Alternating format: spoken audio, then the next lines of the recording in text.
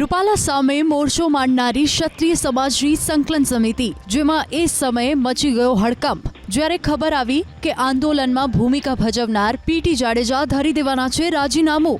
એટલું જ નહીં, સોશિયલ મીડિયામાં કેટલીક ઓડિયો ક્લિપ પણ વાયરલ થઈ, જેમાં પીટી જાડેજા સંકલન સમિતિને ગણાવી રહ્યા છે ગદ્દાર।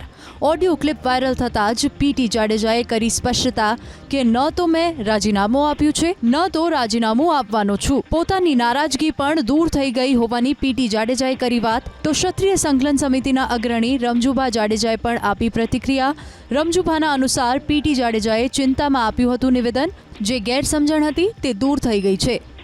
બિનજરૂરી વ્યક્તિઓ દ્વારા એમને જે કાંઈ પરેશાન કરવામાં આવતા હોય ફોન કરીને આતે એના એક ચિંતામાં એ કે જે કાંઈ બોલ્યા, પણ એ પ્રશ્ન આંતરિક પ્રશ્ન સંસ્થાનો હતો અને આંતરિક પ્રશ્ન 2 દિવસ પહેલા જ પૂર્ણ થઈ ગયો છે। એમની યારે વાતચીત પણ થઈ ગઈ, એટલે હવે કોઈ પ્રશ્ન રહેતો નથી।